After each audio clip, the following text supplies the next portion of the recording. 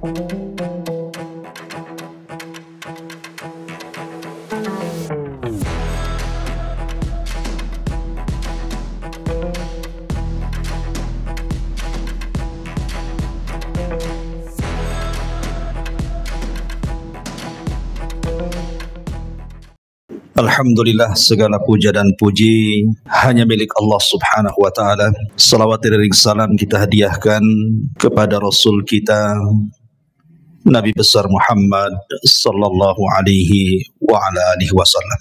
Kita akan membahas tentang rihlatu ilal akhirah, perjalanan manusia dari sejak lahir, kemudian wafat, kemudian menuju alam akhirat, dan segala macam yang terjadi setelah kematian, sampai Allah masukkan kita ke dalam surga, atau na'udzubillah, mungkin sebagian manusia Allah masukkan ke neraka. Ma'asyiral muslimin yang dimuliakan Allah Subhanahu wa ta'ala, kita tahu bahwa makhluk yang pertama kali Allah Subhanahu wa ta'ala ciptakan adalah Arsyur Rahman, arsy Allah Subhanahu wa ta'ala. Kemudian setelah itu Allah ciptakan air atau lautan di atas langit. Makanya Rasul mengatakan wa arsyuhu 'alal ma', dan arsy-Nya Allah itu di atas air. Kemudian setelah itu Allah Subhanahu wa ta'ala ciptakan pena, dan Allah Subhanahu wa ta'ala katakan kepada pena atau kolam, uktub kulla syai'in ila yaumil qiyamah, catat segala sesuatu yang akan terjadi sampai kiamat dibangkitkan.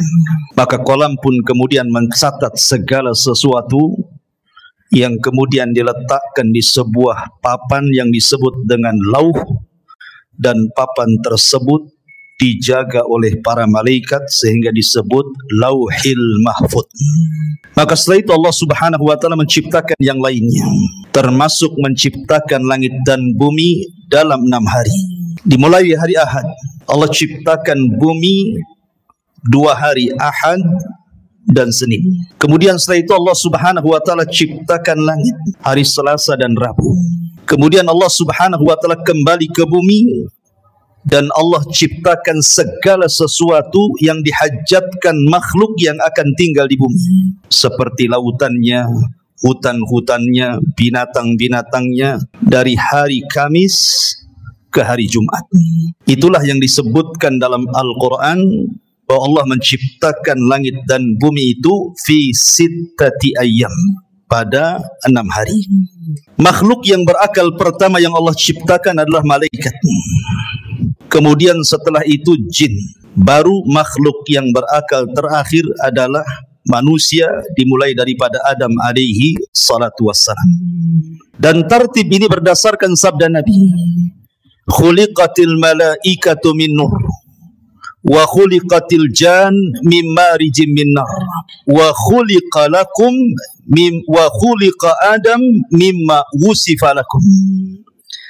Diciptakan malaikat dari cahaya, diciptakan jin dari ujung nyala api, dan diciptakan Adam sebagaimana yang Allah sifatkan kepada kalian, sepertilah bentuk Adam alaihi salatu wassalam. Tapi tentu penciptaan Adam akan berbeda dengan anak turunannya, karena Adam diciptakan oleh Allah Subhanahu wa ta'ala secara langsung, di mana Allah Subhanahu wa ta'ala perintahkan malakul maut untuk mengambil tanah-tanah dan sifat-sifat tanah yang ada di bumi, kemudian diangkat ke langit dan dibentuk. Setelah dibentuk sedemikian rupa, sehingga Allah katakan laqad khalaqnal insana fi ahsani taqwim, kami ciptakan manusia itu seindah-indahnya bentuk. Maka Allah Subhanahu wa ta'ala tiupkan ruh, dan Allah perintahkan malaikat untuk sujud kepada Adam. Wa idh qala rabbuka lil malaikati isjudu li Adam fasajadu illa iblis. Dan ketika Allah perintahkan kepada para malaikat sujudlah kepada Adam, semua malaikat sujud kecuali iblis. Iblis tidak mau sujud. Dari sinilah penciptaan Adam sejak saat itu memiliki musuh yang disebut dengan iblis. Sebagian ulama mengatakan iblis ini dari kalangan malaikat yang maksiat. Tapi pendapat yang kuat, iblis ini dari kalangan jin, sebagaimana Allah katakan kana minal jin fa fasaqa an amri rabbi. Iblis itu bagian dari jin yang bermaksiat kepada perintah Allah Subhanahu wa taala. Kemudian Adam alaihi salatu wassalam Allah masukkan ke dalam surga. Surga itu sesuatu yang nikmat di dalamnya. Ada kebun-kebunnya, ada tanam-tanamannya, ada rumah-rumah yang indah, istana-istana yang megah, sungai-sungai yang luar biasa. Namun karena Adam hidup sendirian, Adam ketakutan di surga. Sehingga Allah Subhanahu wa taala kehendaki untuk menciptakan satu makhluk yang akan menemani Adam di surga. Tidurlah Adam. Tiba-tiba Allah ambil tulang rusuk yang paling atas yang dekat jantung, yang paling bengkok sebelah atas, kemudian diciptakan Hawa dari tulang itu. Makanya Rasul mengatakan khuliqatil mar'atu min dila'in. Manusia, wanita itu diciptakan dari tulang rusuk yang paling atas, yang paling bengkok, yang dekat dengan jantung. Tiba-tiba Adam bangun, rupanya di sampingnya ada Hawa. Adam kaget dan mengatakan, "Man anti, siapa anda?" Maka wanita ini mengatakan, "Ana Hawa." Hawa itu oksigen artinya. Kenapa disebut Hawa? Karena dicipta dari benda yang hidup. Adam itu makhluk yang hidup. Hawa tercipta dari Adam, maka disebut Hawa. Kemudian Adam mengatakan, "Untuk apa engkau ciptakan? Untuk apa Allah ciptakan dirimu?" Hawa mengatakan, "Untuk menjadikan ketenangan bagimu." Dari sini Allah katakan, "Wa min ayatihi an khalaqa lakum min anfusikum azwaja litaskunu ilaiha wa ja'ala bainakum mawaddatan wa rahmah. Inna fi dzalika la ayatin liqaum yatafakkarun." Kalau dengar ayat ini rasanya ingat waktu kawinnya. Dan ini ayat yang biasa dibaca orang kalau menikah ya. Khutbah nikahnya mesti baca ayat ini. Wa min ayati, dan dari tanda-tanda kebesaran Allah, an khalaqalakum, Allah menciptakan kalian. Min, dari ciptaan ini Allah ciptakan yang lainnya azwaja, menjadi berpasang-pasangan. Untuk apa pasangan diciptakan? Litaskunu ilaiha, supaya memberikan ketenangan. Di mana suami tenang dengan istrinya, istri tenang dengan suaminya. Makanya orang yang tidak pernah menikah nggak akan tenang. Tenang-tenangnya pun tidak akan tenang dia. Gimana? Masak-masak sendiri kan itu. Nyuci-nyuci sendiri, gimana bisa tenang? Ya. Nggak akan tenang. Dan ketenangan itu mukjizat dari Allah Subhanahu wa taala. Dengan ketenangan itu lahirlah mawaddatan warahmah. Timbul rasa cinta, timbul pula kasih sayang di situ. Padahal sebelumnya tidak saling mengenal. Terkadang main jodoh-jodohan saja tuh. Tapi dari sini Allah ciptakan Hawa untuk Adam supaya Adam tenang di surga. Tapi dengan hikmah Allah Subhanahu wa taala yang Allah kehendaki, yang sudah dicatat di Lauhil Mahfuz, Adam pun harus melakukan satu maksiat di surga. Ketika Allah Subhanahu wa taala katakan, "Wala taqraba hadhihi syajarah." Jangan dekat-dekat pohon ini. Dekat saja tidak boleh. Apalagi makan. Begitu bahasa Quran. Seperti Allah mengatakan, "Wala taqrabu zina." Dekat zina saja tidak boleh, apalagi berzina. Karena kalau sudah mendekat pasti melihat. Kalau sudah melihat penasaran. Kalau penasaran ingin pula mencicipi. Akhirnya kemudian memakannya. Ada kisah Israiliyat. Ini kisah Israiliyatnya. Kisah Israiliyat itu tidak mengapa dikisahkan, tapi jangan didustakan, jangan dibenarkan. Makanya Rasul mengatakan, hadithu an Bani Israel wala haraj. Tidak mengapa kisahkan Bani Israel kalau itu tidak bertentangan dengan syariat Islam. Adam itu tidak memakan buah sampai habis, tidak. Dia hanya nyicipi sedikit saja. Ketika kemudian sampai di tenggorokan, Adam ingat. Maka keselaklah Adam. Makanya setiap laki-laki pasti ada hulkumnya di sini. Ada yang benjolan di sini kan? Ya. Itu karena Adam keselak katanya. Keselak buah itu di sini. Buah khuldi. Adapun Hawa habis pula dia. Wah, beda pula laki-laki dengan perempuan. Biasanya perempuan agak rakus ya. Habis dia. Dengan sebab itulah maka Allah Subhanahu wa taala uji Hawa dengan keluar darah haid. Dari situlah maka keturunannya para wanita pasti setiap bulan akan keluar darah haid. Ini kisah Israel ya. Maka kemudian Allah Subhanahu wa taala murka. Kemudian Allah Subhanahu wa taala usir Adam, Hawa dan iblis. Dan Allah katakan kulnah bitu minha jami'ah. Keluar kalian semua dari surga. Hei Adam, hei Hawa, hei iblis, keluar. Fa imma ya'tiyannakum minni hudan fala khaufun alaihim walahum yahzanun. Kelak setelah kalian bertiga di bumi, kami akan turunkan petunjukku. Maka siapa yang mengikuti petunjukku tidak akan merasa takut dan tidak akan bersedih hati. Dalam ayat yang lain, fala yadhillu wala yashqa. Tidak akan tersesat dan tidak mungkin celaka. Dengan takdir Allah, iblis diturunkan di lautan, Adam diturunkan di Sri Lanka, dan Hawa diturunkan di Jeddah. Maka iblis membuat istananya di atas air. Kemudian Adam harus berjalan entah berentah kemana. Begitu juga Hawa, tidak dijelaskan waktunya. Tiba-tiba kemudian keduanya berjumpa di Muzdalifah. Kemudian keduanya pun akhirnya sampai di Arafah. Disebut Arafah karena Adam mengetahui Hawa dan Hawa pun mengenali Adam, maka disebut Arafah. Arafah itu artinya mengetahui. Maka dari situlah Allah ajarkan satu kalimat. Kalimat yang siapapun membacanya gugur semua dosanya. Apa kalimatnya? Rabbana zalamna anfusana wa illam taghfir lana wa tarhamna lanakunanna minal khasirin. Inilah kalimat yang pertama diucap di kolong langit. Adam dan Hawa diajarkan kalimat ini. Fatalaqqa Adam mir rabbihi kalimat. Rabbana zalamna anfusana ya Rabb. Kami telah mendolimi diri-diri kami. Kalau engkau tidak merahmati dan tidak mengampuni dosa kami, tentu kami termasuk orang-orang yang merugi. Maka Adam dan Hawa pun Allah ampuni dosa-dosanya. Kemudian keduanya diizinkan untuk masuk ke haram. Maka Adam pun menetap di tempat yang di situ dibangun Ka'bah hari ini. Itulah tempat pertama di bumi Allah diibadahi oleh manusia.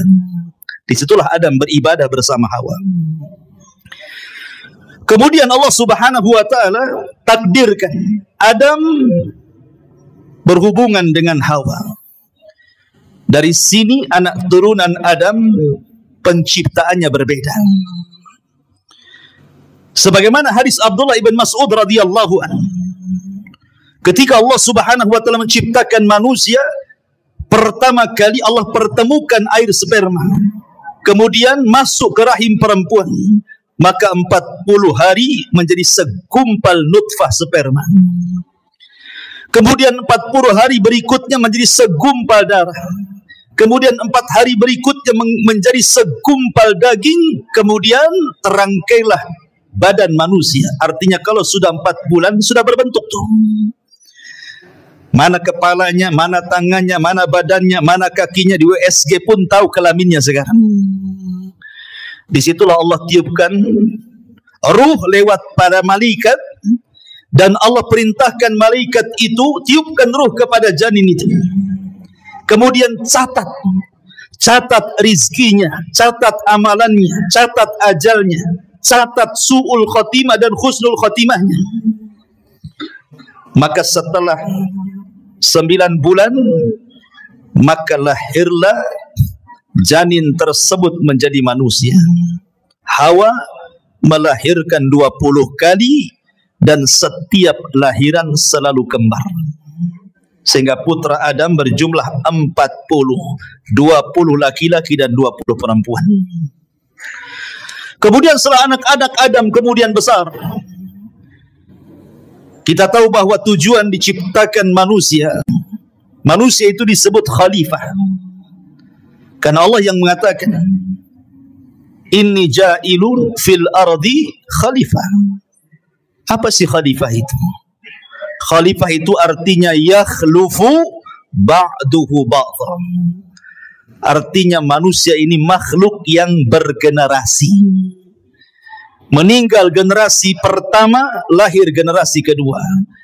Meninggal generasi kedua, lahir generasi ketiga, dan begitu seterusnya. Itu disebut khalifah. Sehingga Adam harus punya keturunan, karena Adam tidak mungkin hidup selamanya. Anak-anaknya pun tidak mungkin hidup selamanya. Makanya Allah syariatkan kepada anak-anak Adam untuk menikah, tetapi dengan cara silang, di mana masing-masing kembaran tidak boleh menikah dengan kembarannya, tetapi disilangkan dengan kembaran orang lain. Maka anak terbesar Qabil dan adiknya Habil diperintah untuk menyilang. Tiba-tiba Qabil terfitnah oleh iblis. Iblis datang kepada Qabil, mewaswasi Qabil, karena selama ini iblis berusaha untuk menggoda Adam dan Hawa. Adam dan Hawa sudah kapok, tidak mungkin digoda lagi. Cukuplah godaan terjadi di sorga, sehingga iblis tidak bisa menggoda Adam dan Hawa. Akhirnya yang digoda adalah anak turunannya. Datang kepada Qabil dan mengatakan, jangan mau. Itu kembarannya si Habil itu jelek, kembaranmu cantik. Ngapain kau dapat jelek? Bagus dapat yang cantik. Dari sini kita tahu tabiat laki-laki itu suka yang cantik. Kalau perempuan ganteng itu bonus, yang penting kaya, ya kan? Cukup, gitu ya. Kalau perempuan, kalau laki-laki yang penting cantik walaupun kere. Akhirnya kemudian Qabil menolak, seolah-olah ini putusan bapaknya, bukan putusan Allah. Adam bukan ayah yang diktator. Dia berdoa kepada Allah untuk mencari solusi. Maka Allah subhanahu wa ta'ala perintahkan keduanya untuk berkurban. Dan Allah katakan, watslu alaihim naba abnai adama bil haq idh qarraba qurbanan fatukubbila min ahadihima walam yutaqabbal minal akhar. Ya Muhammad, bacakan kepada mereka tentang kisah dua putra Adam yang dua-duanya berkorban untuk memperebutkan pasangannya. Allah terima salah satunya dan Allah tolak yang lainnya. Yang ditolak korbannya adalah Qabil, yang diterima korbannya adalah Habil. Qabil marah dan mengatakan, la aqtulannak, saya akan bunuh kamu. Karena Habil mewarisi sifat Adam. Dia mengatakan, la imbasatta yadaka litaqtulani ma ana bibasiti yadiya ilaika liaqtulaka inni akhafullah. Kalau engkau hendak membunuhku silakan, tapi aku tidak akan membunuhmu karena aku takut kepada Allah subhanahu wa ta'ala. Betul, Qabil berhasil membunuh Habil. Inilah pembunuhan pertama yang disebabkan hasad pertama di alam semesta. Meninggal Habil. Qabil bingung bagaimana cara penyelenggaraan jenazah, karena kan belum pernah ada orang mati saat itu. Baru Habil orang yang pertama kali mati. Mau diapakan jasad ini? Akhirnya kemudian Qabil melihat ada burung gagak yang sedang berkelahi dengan temannya. Kemudian dibunuh salah satunya. Kemudian dengan tangannya dikorek-koreklah tanah itu. Kemudian dimasukkan kawan yang dibunuhnya. Kemudian dipendam lagi. Kata Qabil, duhai kiranya aku bisa mengambil pelajaran dari gagak itu. Akhirnya dia pun menguburkan abangnya Habil seperti menguburkan burung gagak yang membunuh temannya. Singkat cerita, Adam pun sedih, maka Qabil pun mengambil kembarannya kemudian berpisah dari kelompok Adam. Adam di atas perbukitan, Qabil pun membawa pasangannya ke lembah yang ada di bawah. Terjadilah dua kelompok, kelompok atas perbukit dan kelompok bawah di lembah. Maka kemudian Adam pun meninggal, Hawa pun meninggal. Maka wasiat-wasiat Adam terus akhirnya ditanamkan di anak didiknya sampai kepada Allah angkat Nabi kedua setelah Adam, namanya Syith. Syith inilah yang menjaga kabilah Adam. Sementara tidak diutus Nabi kepada kabilah Qabil. Rusaklah Qabil dan semua anak cucunya. Dari sini terjadi antara hak dan yang batil sudah ada. Tapi ingat, belum terjadi kesyirikan di zaman itu. Mereka masih menyembah Allah. Cuman rusak moralnya saja. Qabil dan turunannya moralnya rusak. Tapi Syith dan kaumnya masih mengikuti wasiat Adam. Apalagi Syith diberikan suhuf oleh Allah Subhanahu wa ta'ala untuk membimbing umatnya. Singkat cerita, akhirnya Syith meninggal dunia. Kemudian diutus Idris kepada mereka, Nabi setelah Syith. Maka Idris terus berusaha untuk mendakwahi kaumnya dan kaum anak turunan Qabil. Sampai akhirnya era Nuh alaihi salatu wassalam. Kemudian terjadi bandang banjir yang luar biasa, adab sebagai kaum Nuh. Akhirnya tidak ada yang hidup kecuali perahu Nabi Nuh. Lah Nuh itu punya 3 putra, namanya Syam, Ham, dan Yafis. Setelah kapal Nuh kemudian bersandar di bukit Judi, Irak, kemudian 3 putra Nuh ini menyebar ke seantero dunia. Syam melahirkan keturunan Arab, Ham melahirkan orang-orang yang berkulit hitam, kemudian Yafis ke daratan Afrika, ke daratan Asia, lahirlah kita-kita ini, turunan Yafis. Maka menyebarlah manusia kemana-mana. Kemudian diutus para nabi. 120.000 nabi diutus oleh Allah Subhanahu wa ta'ala. 315 rasul Allah utus ke permukaan bumi. Walaupun Al-Quran hanya mencatat 25 nabi dan rasul, 18 nama diantaranya tercantum dalam satu surat, suratul An'am, dan lebihnya tersebar di beberapa ayat di beberapa surat dalam Al-Quran, sehingga genap menjadi 25 nabi dan rasul. Itu yang kita kenal. Yang tidak kita kenal banyak, ribuan nabi-nabi yang diutus kepada Bani Israel. Sampai ditutup dengan kerasulan Nabi kita Nabi Muhammad sallallahu alaihi wa ala alihi wasallam. Ma'asyiral muslimin yang dimuliakan Allah Subhanahu wa ta'ala. Ketika kemudian Nabi sallallahu alaihi wasallam diutus, artinya sudah tidak ada nabi lagi, tidak ada rasul lagi, karena dialah penutup para nabi dan rasul. Di sini kita baru pahami ayat Al-Quran yang pertama kali saya baca tadi, fa imma ya'tiyannakum minni hudan fala khaufun alaihim walahum yahzanun. Siapapun yang mengikuti petunjukku, kata Allah, dia tidak mungkin takut dan tidak mungkin bersedih. Apa makna petunjuk di sini? Makna petunjuk di sini, Allah akan turunkan para nabi. Allah akan turunkan kitab-kitab langit. Kitab langit itu jumlahnya 104. Yang 4 ma'ruf di sana ada Taurat, ada Zabur, ada Injil, ada Quran, dan yang 100 tidak ma'ruf. Allah hanya menyebut dengan kalimat suhuf, sehingga Allah mengatakan di dalam suratul A'la, inna hadza la fi suhufil ula suhufi Ibrahim wa Musa. Maka siapapun yang mengikuti petunjuk tidak mungkin tersesat, tidak mungkin celaka di zamannya. Ketika Allah turunkan kitab Taurat kemudian diberikan kepada Musa, itulah petunjuk Allah. Maka di zaman itu siapa yang mengikuti Musa dan Taurat tidak mungkin sesat, tidak mungkin celaka. Kemudian datang era Zabur dan Daud. Maka siapapun yang mengikuti Zabur dan juga Daud di zamannya, maka mereka tidak mungkin sesat dan celaka. Kemudian datang era Injil dan Isa. Maka siapapun yang mengikuti Injil dan Isa di zamannya tidak mungkin sesat dan celaka.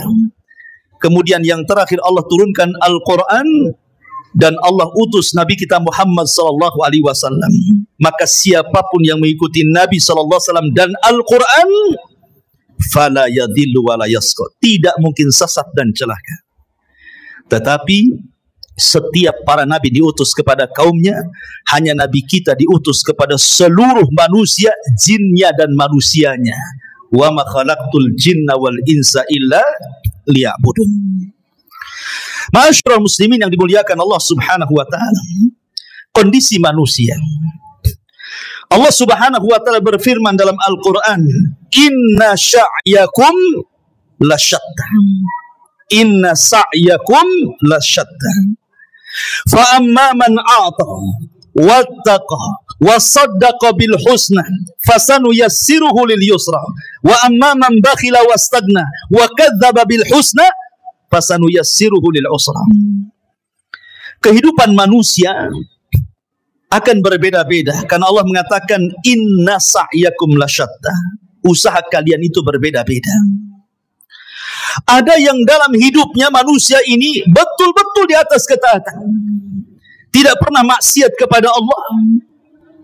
Dia melaksanakan perintah Allah dan menjauhi larangan.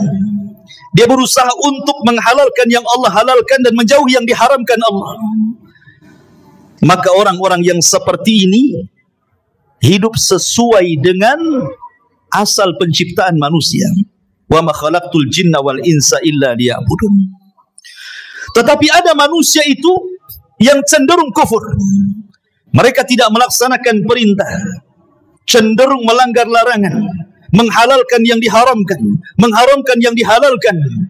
Maka mereka orang-orang yang celaka. Begitulah manusia. Ada yang mukmin, ada yang kafir. Ada yang fasik, ada yang taat. Ada yang musyrik, ada yang bertauhid. Ada yang beribadah, ada yang bermaksiat. Begitulah macam-macam manusia. Allah katakan, ya ayyuhal insan, innaka kadihun ila rabbika kadhan famulaki. Wahai manusia, engkau akan bekerja dengan lelah dan letih. Untuk apa? Ila rabbik, menuju Tuhanmu. Kadhan, dengan keletihan. Famulaki, dan engkau akan berjumpa dengan Allah Subhanahu wa ta'ala. Artinya bahwa manusia dengan berbagai macam daerahnya, negaranya, bentuknya, wataknya, tujuannya satu. Kita ini sedang berjalan menuju Allah Subhanahu wa ta'ala. Mau tidak mau kita akan berjumpa dengan Allah. Tapi ada yang berjumpa dengan Allah, Allah senang dengan kita. Ada orang yang berjumpa dengan Allah, Allah benci dengan kita. Man ahabba liqa Allah, ahabballahu liqa'ah. Wa man kariha liqa Allah, karihallahu liqa'ah. Siapa yang cinta berjumpa dengan Allah, Allah suka berjumpa dengan kita. Siapa yang benci berjumpa dengan Allah, Allah pun benci dengan kita. Begitulah hidup manusia. Wahadainahu najdain, kami pilih dua jalan. Ini jalan ke sorga, sudah dijelaskan jalannya. Ini jalan ke neraka, sudah dijelaskan jalannya. Tidak ada satupun jalan, baik ke sorga atau ke neraka, semua sudah dijelaskan. Tidak ada. Wa ma yatiru ta'irun fil hawa. Tidak ada satupun burung yang mengepakkan sayapnya di langit, kata Rasul, kecuali sudah dijelaskan ilmunya. Artinya, apapun yang mendekatkan diri ke sorga sudah dijelaskan. Apapun yang bisa menjauhkan dari neraka sudah dijelaskan. Sehingga tidak ada alasan. Anda tidak bisa berhujah lagi di hadapan Allah Subhanahu wa ta'ala. Karena semua sudah diberikan fasilitasnya. Allah Subhanahu wa ta'ala hanya minta kepada kita bersyukur. Ingat 5 kaidah. Al-ijad, al-i'dad, al-imdad, kemudian al-irsyad, al-is'ad. Pertama, ijad. Allah menciptakan langit dan bumi. Untuk siapa? Untuk kita. Ya. Allah ciptakan langit dan bumi itu untuk kita loh. Lihat matahari di langit. Untuk siapa? Untuk kita. Kalau nggak ada matahari, ibu-ibu nggak bisa jemur pakaian. Kan itu ya. Mungkin kalau nggak ada matahari, PLN sibuk tuh. Karena harus menerangi bumi 24 jam. Mungkin antum tiap bulan mungkin gerutu-gerutu. Mahal kali listrik ini. Padahal sekarang listrik cuma setengah hari saja kan. Malam saja. Itu saja kalau naik udah demo tuh. Gimana kalau nggak ada matahari? Iya kan? Bulan. Untuk siapa? Untuk kita. Ya. Kita bisa mengambil keindahan bulan, bintang-bintang, macam-macam. Apalagi bumi. Itu disebut ijad. Allah siapkan tuh langit dan bumi untuk manusia. Kemudian yang kedua, al-i'dad. Setelah Allah ciptakan, Allah persiapkan fasilitasnya. Allah ciptakan lautan dengan berbagai macam jenis ikan-ikannya. Entah berapa jumlah ikan kita tidak tahu, dengan berbagai macam warnanya.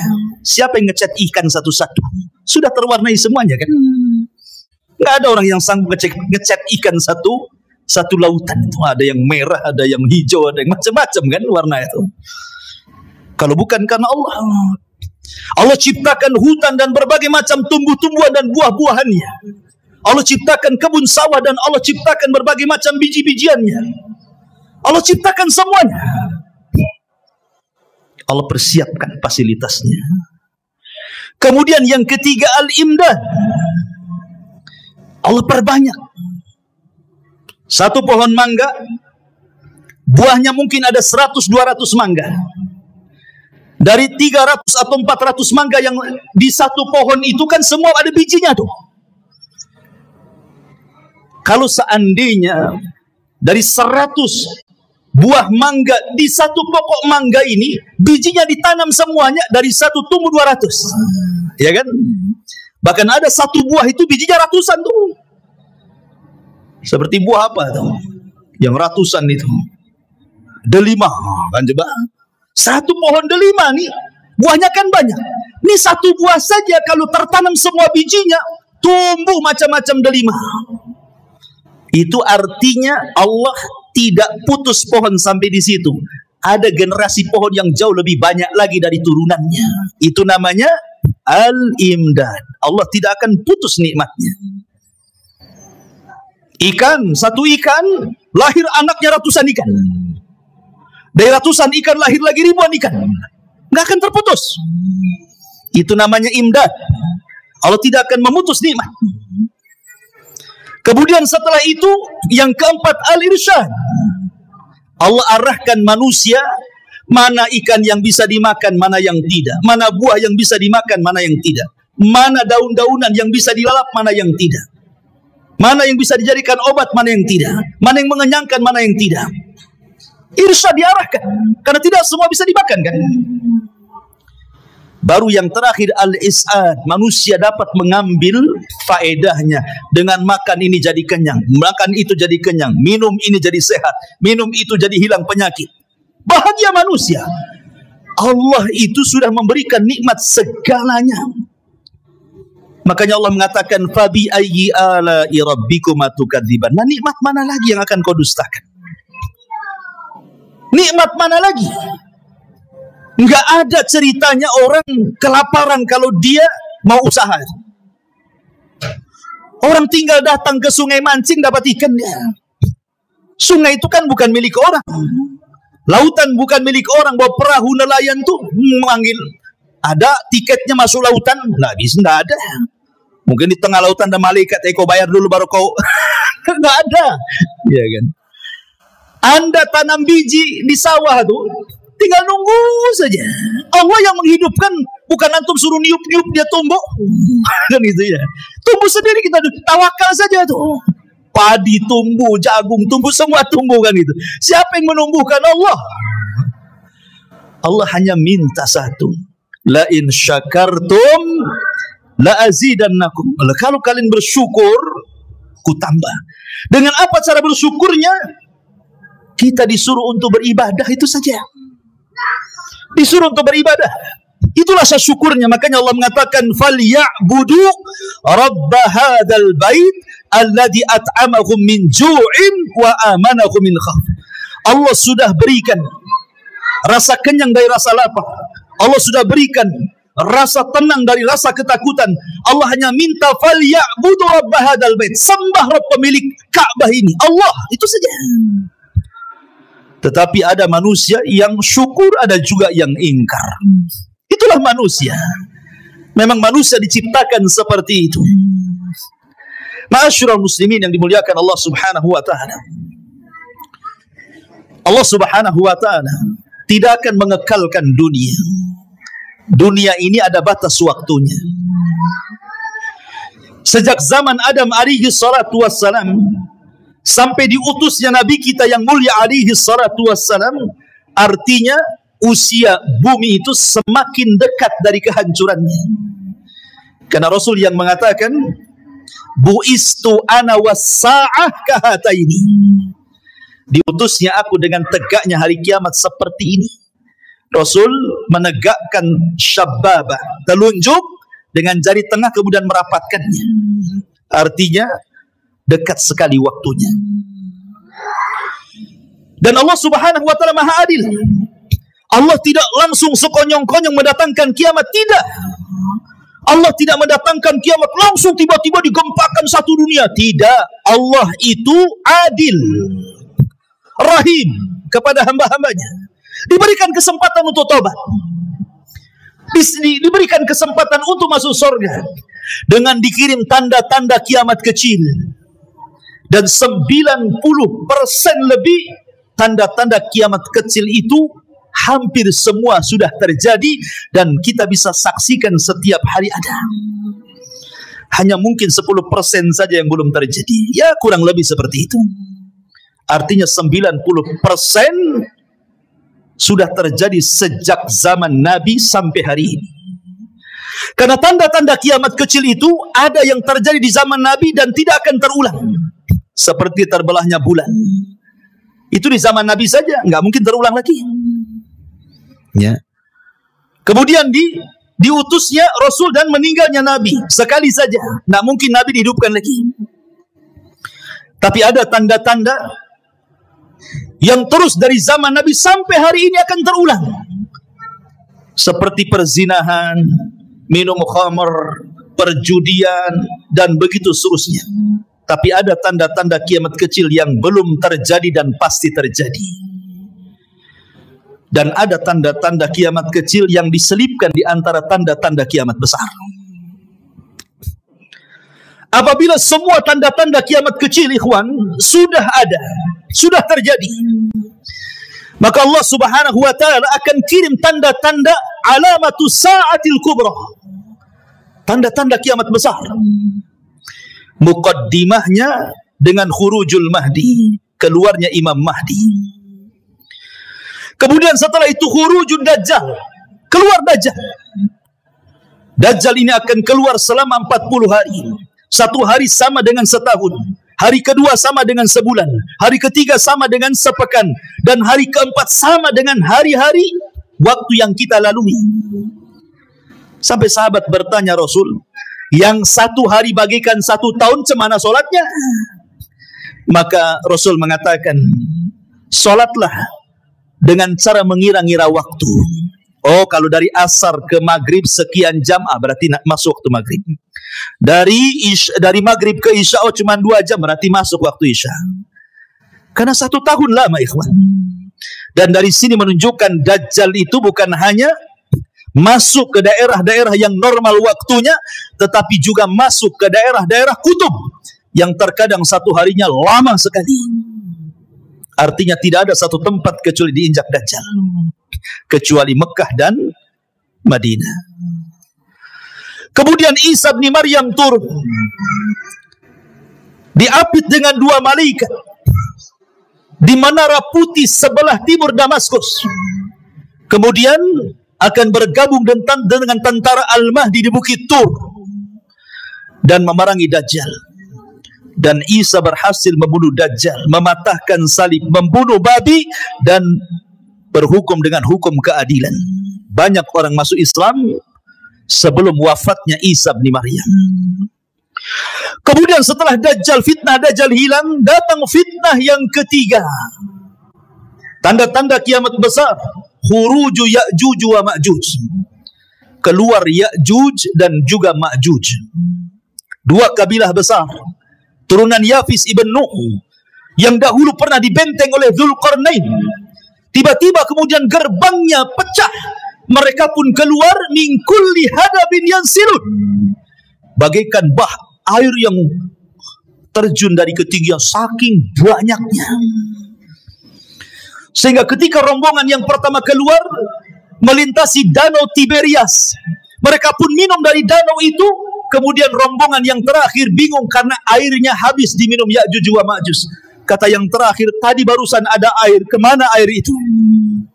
Maka Ya'juj dan Ma'juj, setiap yang melewati hijau pasti akan kering, yang basah pasti kering. Fitnahnya luar biasa. Dia akan membunuh ras di luar kelompoknya. Dan jumlah mereka satu dari kita 999 dari mereka. Makanya Rasul mengatakan, kau tidak bisa menghadapinya.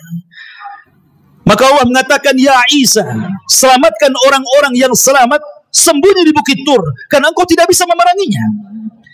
Akhirnya kemudian Ya'juj wa Ma'juj merusak di permukaan bumi, membunuh orang di luarasnya. Akhirnya dia sombong, kemudian mengatakan, qatalna man fil ardi sanaqtuluhu man fis sama, katanya. Aku sudah bunuh semua orang yang ada di bumi, sekarang yang di langit ku bunuh, katanya. Saking sombongnya. Akhirnya panahnya diarahkan ke langit, tombaknya diarahkan ke langit. Maka Allah mengatakan, wa makaru makran wa makarna makran wallahu khairul makirin. Mereka hendak membuat makar, Allah juga punya makar, dan sebaik-baik makarlah makar Allah. Allah sengaja panah itu disedot sampai ke awan, dibalikkan dengan ujung-ujungnya ada darah, seolah-olah mereka sudah membunuh makhluk yang di langit. Makin sombong mereka. Dan mereka mengatakan, sudah tidak ada makhluk kecuali sudah kubunuh semua, kata Ya'juj dan Ma'juj. Maka Isa berdoa agar Allah membinasakan mereka. Dikirimlah Naghaf, ulat-ulat kecil, kemudian menggigit tengkuknya, satu mati, semua mati. Tidak ada sejengkal di bumi kecuali ada bangkainya. Bagaimana cara membersihkannya?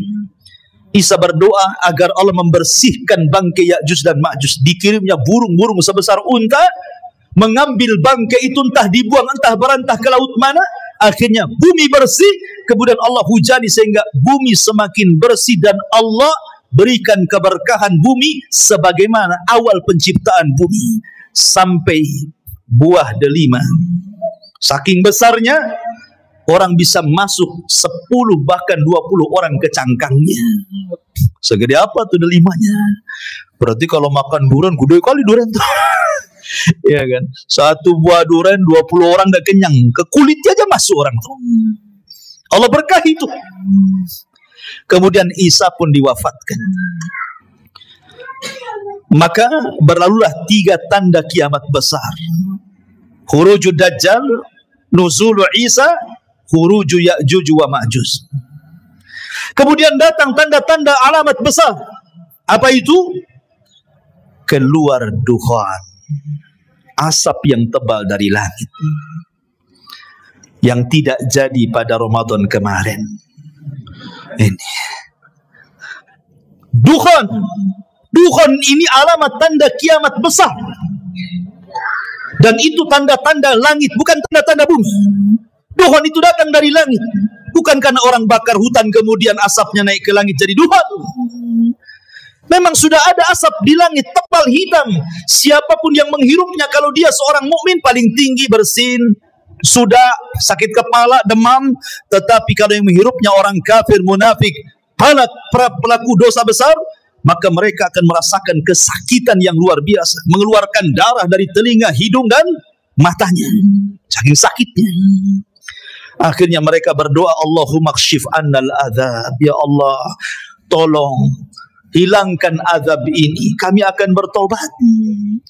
Akhirnya Allah pun hilangkan. Bertobat? Tidak juga bertobat. Ketika mereka tidak mau juga kunjung bertobat, yang beriman tetap dengan keimanannya, yang kafir tetap dengan kekafirannya, yang fasik tetap dengan kefasikannya, apa yang terjadi? Allah subhanahu wa ta'ala takdirkan tiba-tiba matahari terbit dari arah barat. Ketika manusia tertidur pulas di malam hari, kemudian terbangun di pagi hari. Biasa orang-orang yang beriman, mereka bangun subuh, kemudian mereka ke masjid, kemudian mereka sholat subuh. Coba tenangkan anak-anaknya di belakang itu. Ya. Ketika kemudian orang-orang yang beriman bangun di waktu subuh, biasa mereka bangun kemudian sholat subuh. Tetapi orang-orang kafir, fasik, munafik masih terlelap tidur. Sampai waktu sudah pagi, harusnya matahari terbit, matahari tak kunjung terbit. Ditunggu sampai waktu zuhur, tidak terbit juga. Ditunggu sampai waktu asar, tidak terbit juga.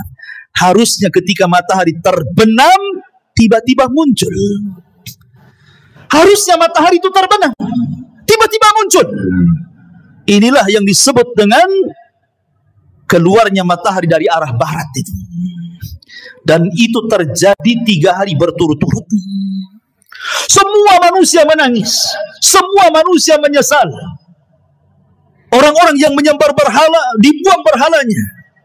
Apa manfaat membuang berhala? Ustadz sudah resign, tidak jadi ustadz lagi, karena percuma berdakwah. Tobat sudah ditutup, karena pintu tobat itu akan diterima di 2 waktu. Pertama, nyawa belum sampai di tenggorokan. Yang kedua, matahari sudah belum terbit dari arah barat. Kalau sudah nyawa di tenggorokan, matahari terbit dari arah barat, maka Allah mengatakan, la yanfa'u imanukum, tidak akan bermanfaat iman kalian. Tidak akan bermanfaat iman kalian. Lalu apa gunanya bertobat? Maka kemudian setelah 3 hari, Allah munculkan dabatun minal ar, binatang yang muncul dari perut bumi bisa bicara. Dalam hadis yang lemah, ada yang mengatakan kisah Israiliyat, tangan kanannya memegang stempel Nabi Sulaiman dan tangan kirinya membawa tongkat Nabi Musa. Setiap berjumpa dengan orang mukmin distempel dahinya, bercahaya mukanya. Setiap berjumpa dengan orang kafir dipukul dengan tangan kiri dengan tongkat Musa, gosong semua wajahnya. Dari situ hilang nama. Yang ada hanya kalimat mukmin dan kafir. Dan tidak tersinggung kalau ada orang dikatakan mau kemana min, mau ke pasar fir, nggak tersinggung. Kalau sekarang tersinggung.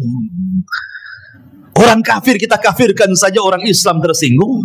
Jangan dibilang kafir, bilang non muslim katanya. Kan itu ya.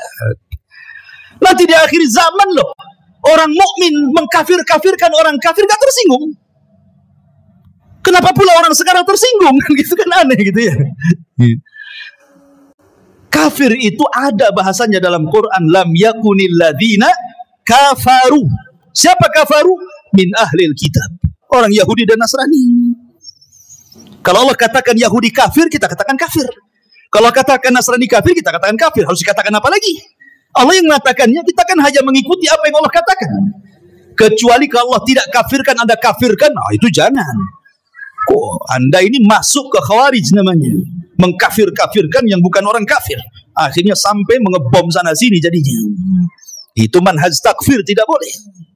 Ya.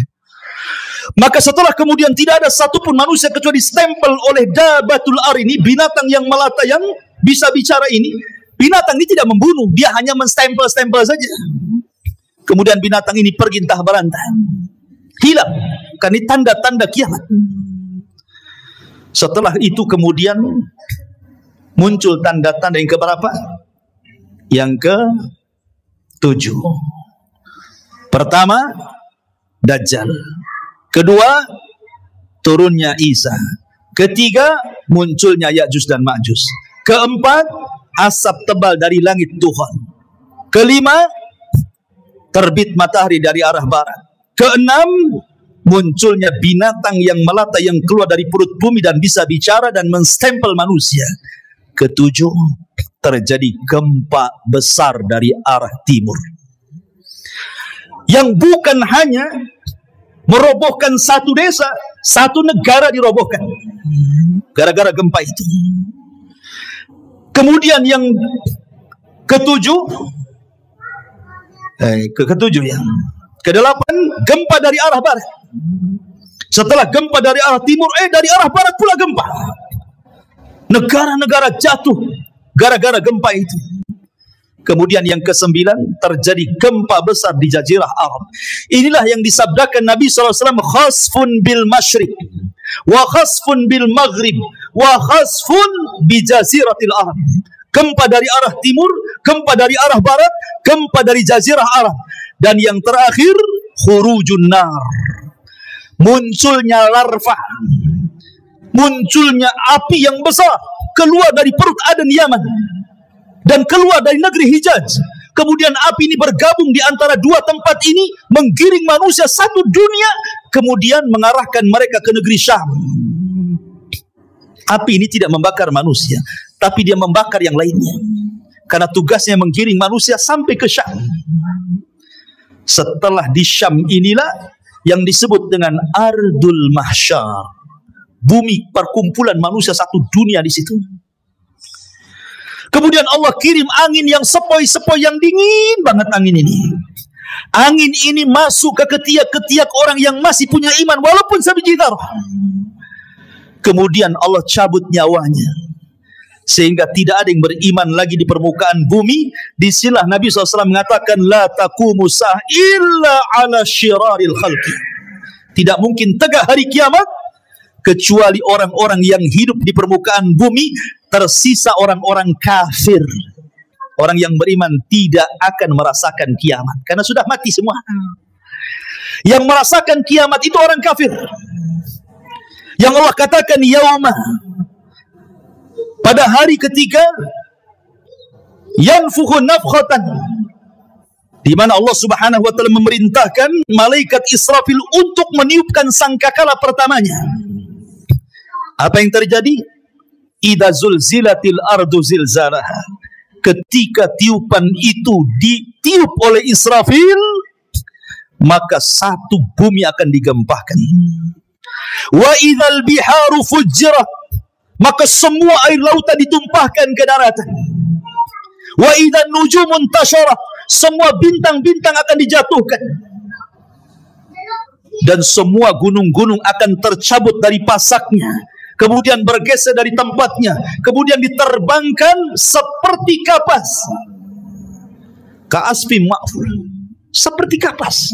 Kemudian dibenturkan di langit, kemudian dikembalikan ke bumi, hanya tinggal tanah, debu, sehingga Allah mengatakan kal ihnil manfush, seperti kapas kalau diletakkan di kipas tuh terbang ke sana-sana.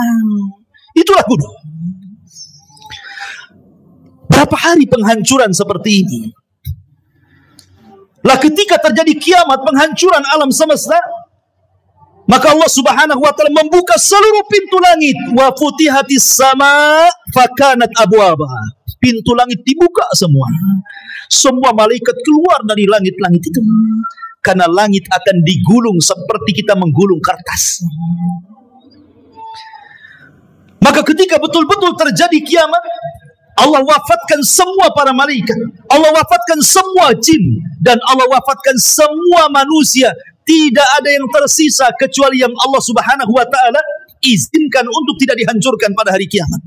Seperti Arsy, seperti kursi, seperti lauhil mahfud, seperti roh, seperti tulang ekor manusia, tidak dihancurkan. Tapi semua dihancur-hancurkan. Berapa lama? Hadis Abu Hurairah radhiyallahu anhu mengatakan 40, tanpa menyebut 40 tahun, 40 bulan, 40 hari. Pokoknya 40 lah kata Abu Hurairah. Ya bisa 40 hari kehancuran alam semesta, bisa 40 bulan, bisa juga 40 tahun. Karena ketika Abu Hurairah ditanya, ya Abu Hurairah, apakah 40 hari? Fa'abaitu, aku enggan menjawabnya. Apakah 40 bulan? Fa'abaitu, aku enggan menjawabnya. Apakah 40 tahun? Fa'abaitu, aku pun enggan menjawabnya. Pokoknya 40 lah kan itu. Itu antara tiupan sangkakala pertama ke tiupan sangkakala kedua. Hancur semua alam semesta ini. Hancur semuanya. Inilah yang disebut dengan kiamatul kubra, kiamat besar. Ada kiamat kecil, ada kiamat besar. Kiamat kecil apa? Idza mata ahadukum qamat qiyamatuhu. Kalau salah seorang di antara kalian mati, itulah kiamatnya. Tapi kalau kiamat besar bukan 1-2 orang mati. Semua mati. Jinnya mati, malaikatnya mati, manusianya mati. Yang meniup sangkakala pun mati. Malaikat maut pun mati. Malaikat maut aja ikut mati. Ketika malakul maut datang kepada Allah Azza wa Jalla, Allah mengatakan, man abqait, siapa yang kau sisakan, kau tidak cabut nyawanya? Kata malaikat maut, tinggal Jibril, Mikail, Israfil. Kata Allah, cabut semuanya. Maka Jibril dicabut nyawanya, Israfil dicabut, Mikail dicabut. Kemudian malakul maut datang kepada Allah. Siapa lagi yang tersisa? Kata malakul maut, tidak ada ya Rabb illa abdukal fakir, kecuali hambamu yang fakir. Oh, kalau gitu mati kamu, katanya. Mati juga dia. Ya. Maka ketika 40, di angka 40 terjadi kehancuran yang luar biasa itu, sudah tidak ada makhluk yang berakal lagi. Bumi sudah hancur, langit sudah hancur, semua sudah hancur. Apa yang terjadi? Allah Subhanahu wa taala berteriak, "Limanil mulkul yaum." Limanil mulkul yaum. Kalian sudah tahu siapa yang berkuasa di alam semesta ini? Tidak ada yang menjawab. Nggak ada malaikat, nggak ada jin, nggak ada manusia, semua mati. Maka Allah jawab sendiri, Lillahil wahidil qahar. Alam semesta ini pemiliknya hanya zat yang maha satu, yang maha perkasa, Allahu Azza wa Jal. Itulah yang difirmankan dalam surah Al-Fatihah, Maliki Yaumiddin. Itu makna Maliki Yaumiddin itu, Raja pada hari pembalasan. Maka setelah kemudian Allah Subhanahu wa taala atur kembali alam semesta untuk menjadi alam akhirat. Maka bumi yang kita pijak hari ini, Allah katakan yauma tubaddalul ardu ghairal ardh. Pada hari di mana bumi Allah hancurkan, kemudian Allah ganti dengan bumi yang baru. Kata para ulama, bukan bumi ini hilang datang bumi baru, tidak. Bumi yang kita pijak ini pula bumi padang mahsyar. Cuman bentuknya dirubah. Yang tadinya bulat kemudian dibentangkan. Yang tadinya kifata dilipat kemudian dibentangkan. Sehingga bumi yang sekarang kita lihat ada bukit, ada gunung, ada lembah, ada tinggi, ada yang merendah. Nanti ketika Allah hancurkan, Allah ganti dengan bumi yang baru, maka Allah hamparkan sehingga tidak ada yang meninggi, tidak ada yang merendah, tidak ada bukit, tidak ada lembah, semua rata, nggak ada bangunan, nggak ada rumah, nggak ada hutan, nggak ada gunung, nggak ada bukit, rata semuanya. Kenapa Allah ratakan wa idal ardu muddat, dan apabila bumi diratakan supaya makhluk sejak Adam meninggal sampai yang terakhir mati muat di bumi itu. Sekarang bumi itu dalam bentuk bulat kan, lonjong atau bulat. Di bumi ini ada lautnya, di bumi ada hutannya, di bumi ada bukit, ada gunung. Tidak semua tempat dihuni manusia. Kalau seandainya bumi tidak dirubah, kemudian seluruh manusia dibangkitkan sejak Adam sampai yang terakhir mati, tidak akan muat bumi ini. Makanya kemudian dihancurkan, gunungnya diratakan, ditimbun lautnya diratakan, tidak ada lembah, semua rata, sehingga kalau dibangkitkan semua akan muat di situ. Itulah padang mahsyar. Allah katakan wa akhrajatil ardu athqalaha.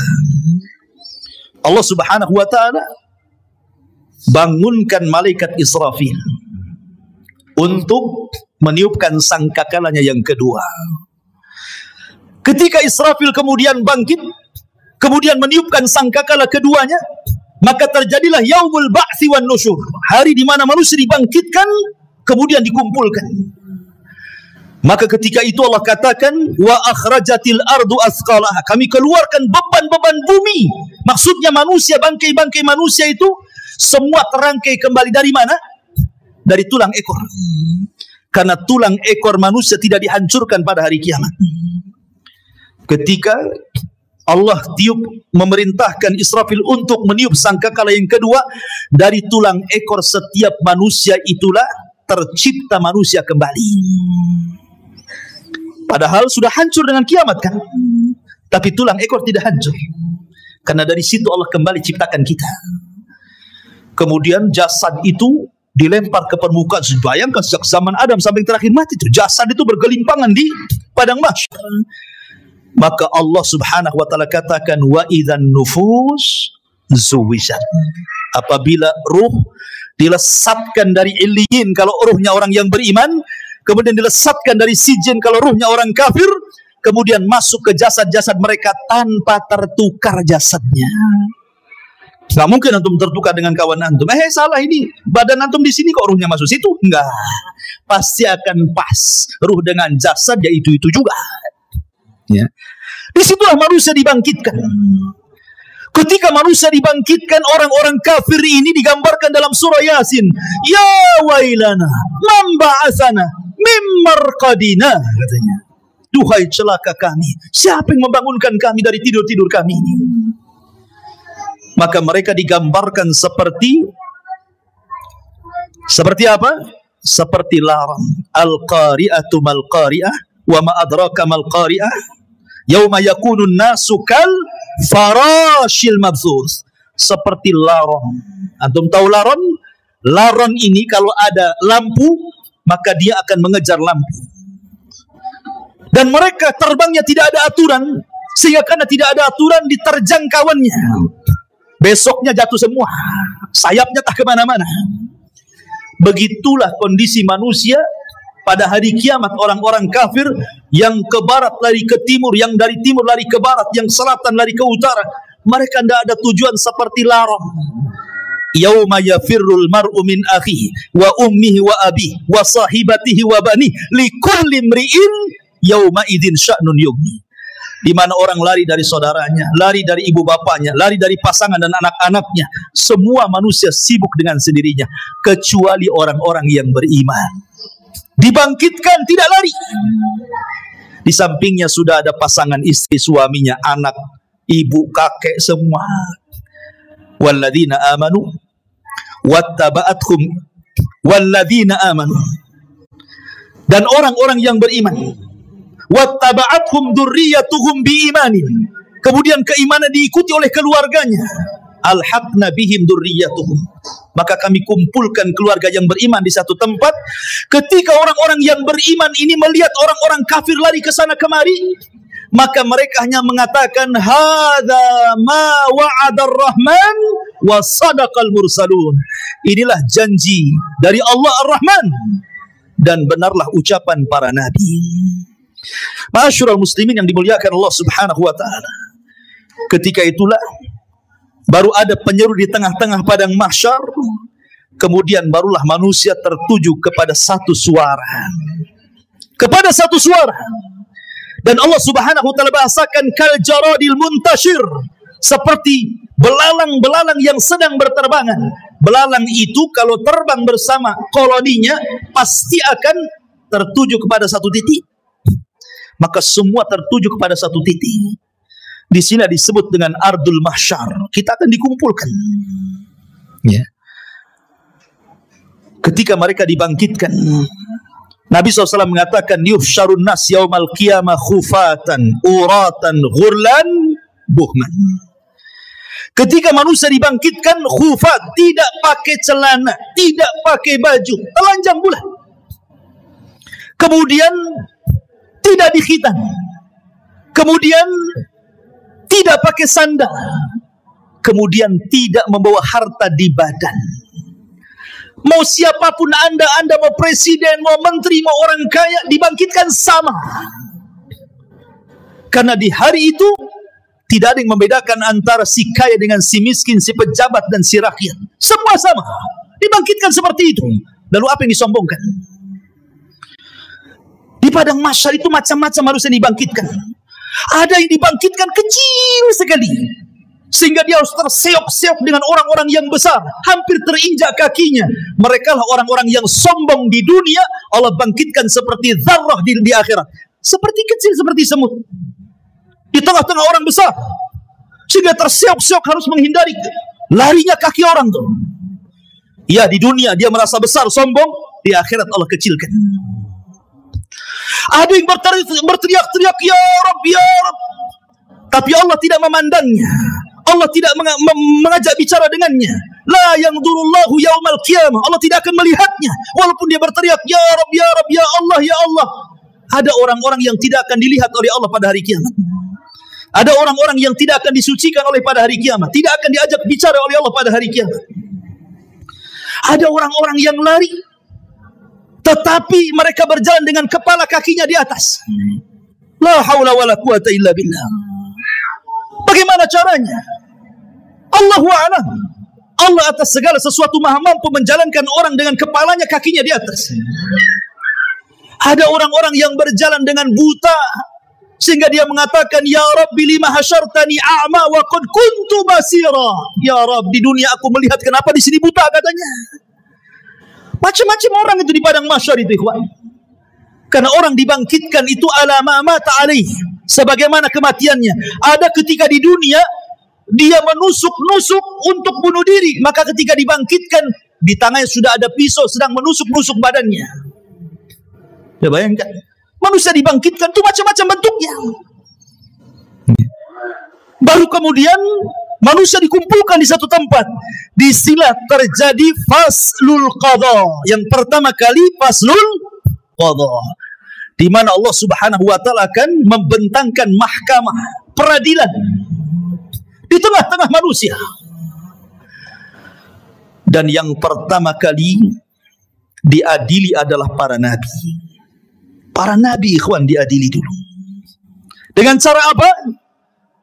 Para nabi dikumpulkan umatnya. Nuh bersama umatnya, Nabi Saleh bersama umatnya, Nabi Syuaib bersama umatnya, semua para nabi bersama umatnya. Kemudian Allah akan berkata kepada umatnya, ya umat Nuh, sudahkah Nuh menyampaikan risalahnya? Orang-orang kafir dari umat Nuh mengatakan, ya Rabb, Nuh tidak pernah menyampaikan risalah kepada kami. Mereka hendak berdusta. Kemudian Allah mengatakan, ya Nuh, lihat, engkau belum pernah menyampaikan risalahku kepada mereka. Kenapa kau tidak sampaikan? Maka Nuh mengatakan, ya Rabb, aku sudah sampaikan. Kalau engkau tidak percaya, aku punya saksi. Maka Allah mengatakan, kalau begitu datanglah saksi. Maka Nuh alaihi salatu wassalam meminta kepada Rasul kita Muhammad sallallahu alaihi wasallam untuk menjadi saksi bahwa Nuh sudah menyampaikan risalahnya.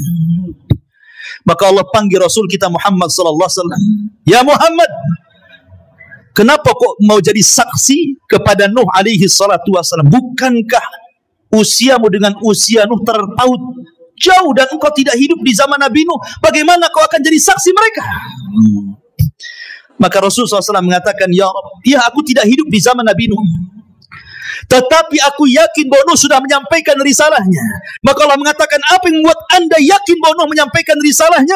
Maka Rasul mengatakan, karena engkau yang bicara seperti itu ya Rabb. Kemudian Rasul membacakan surat Nuh.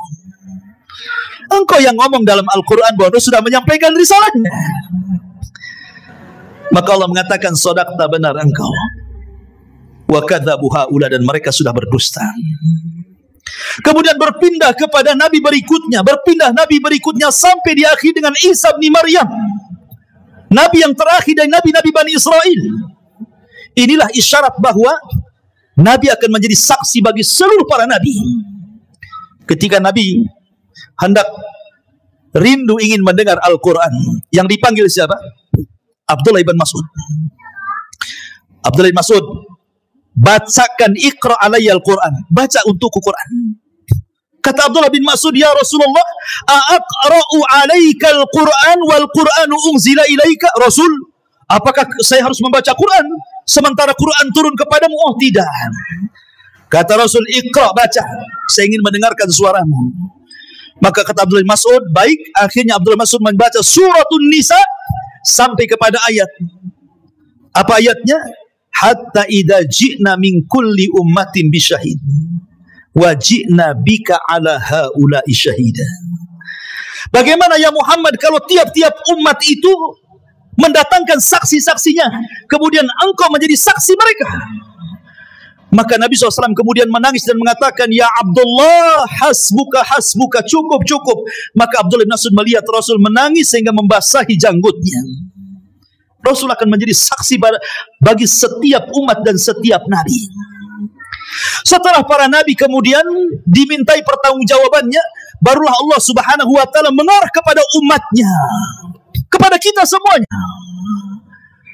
Baru Allah Subhanahu wa taala bertanya kepada kita. Disitulah yang disebut dengan al-ardu. Ard. Apa itu ard? Allah Subhanahu wa taala akan tampakkan kepada kita perbuatan kita di bumi, Allah tampakkan di akhirat. Allah tampakkan tuh. Ya. Kemudian Allah Subhanahu wa taala memberikan catatan kepada hamba, setiap hamba itu diberikan catatan. Kalau Allah mengatakan iqra kitabak, baca bukumu, maka dia pun membaca. Dia pun membaca apa yang sudah dia lakukan. Ingat, khususnya yaumul akhir, kehususan hari kiamat, di mana Allah berikan memori hafalan manusia dikembalikan. Mereka kuat hafalannya. Kalau sekarang di dunia 1 minggu kemarin Anda pernah mengucapkan apa, Anda pernah berbuat apa, Anda pernah mendolimi siapa, Anda pernah hasad kepada siapa, lupa antum. Baru 1 minggu tuh, ya kan? Baru 1 minggu sudah lupa kan itu ya. Tapi di akhirat Allah berikan kekuatan hafalan. Sejak antum akil balik sampai antum diwafatkan, hafal antum. Oh, jam segini, hari ini, tanggal sekian-sekian, aku begini. Hafal. Untuk dicocokkan dengan catatannya. Dan ketika itu ikhwatu fiddin tidak bisa berdusta di hadapan Allah. Yauma nakhtimu ala afwahihim wa tukallimuna aydihim wa tashhadu arjuluhum bima kanu ya'malun. Mulut terkunci, tangan bicara, kaki menyaksikan apa yang sudah diperbuatnya. Bayangkan, saksi bukan hanya anggota badan, bahkan kulit jadi saksi. Kulit tiba-tiba bicara di hadapan Allah dan menyalahkan badannya.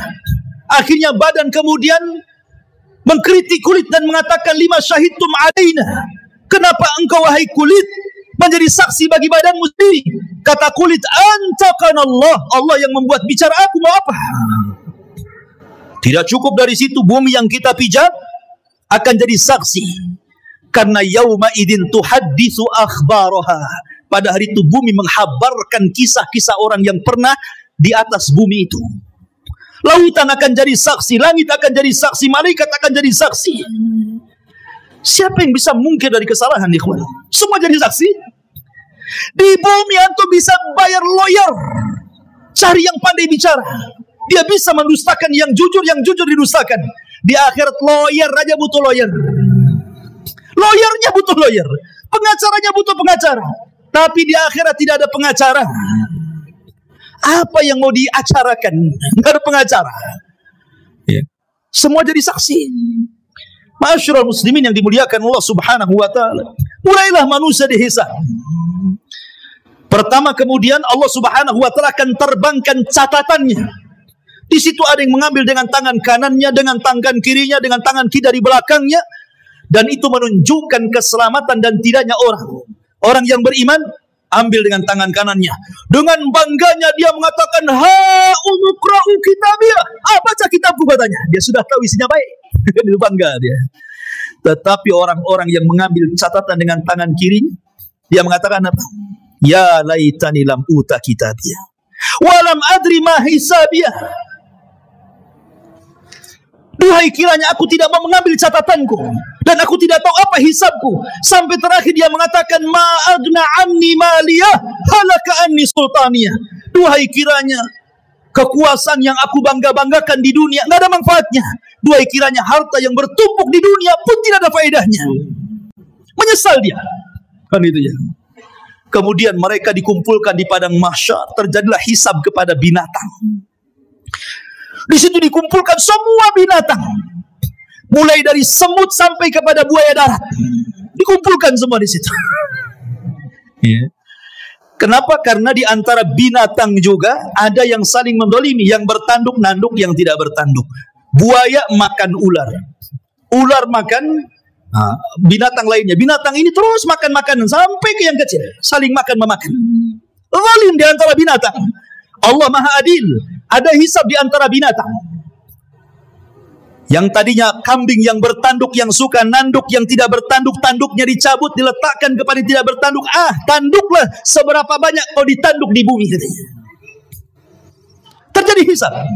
Tapi mereka tidak diazab. Mereka hanya dihisab saja. Setelah binatang-binatang dihisab, Allah mengatakan, kunu turaba, jadilah kalian tanah.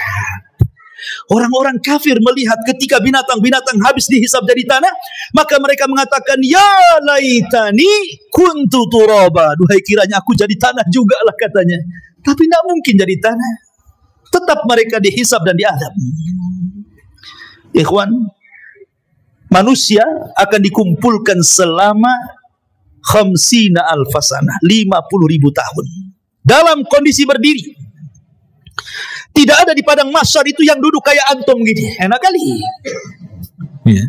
Apalagi sambil baring bawa tikar, nggak ada tikar. Posisi mereka berdiri karena Allah mengatakan yauma yaqumun nasu lirabbil alamin. Pada hari itu manusia berdiri menghadap Rabbnya. Kenapa tidak ada yang duduk, tidak ada yang berbaring? Karena kalau duduk maka dia akan tenggelam dengan keringat. Berbaring apalagi? Bagaimana tidak matahari diletakkan di atas kepala 1 mil? Ada orang yang bercucuran dengan keringat sehingga tenggelamlah dia dengan keringatnya. Ada yang keringatnya sedada, ada yang keringatnya sepusar, ada yang keringatnya selutut, sesuai dengan amalannya. Sesuai dengan amalannya. Dan hari itu hari yang haus sekali. Makanya orang-orang yang berhasil meminum dari telaga Rasul, lam yadma abada, dia tidak akan haus selamanya walaupun matahari di atas kepala. Likulli nabi haudun. Setiap nabi punya telaga.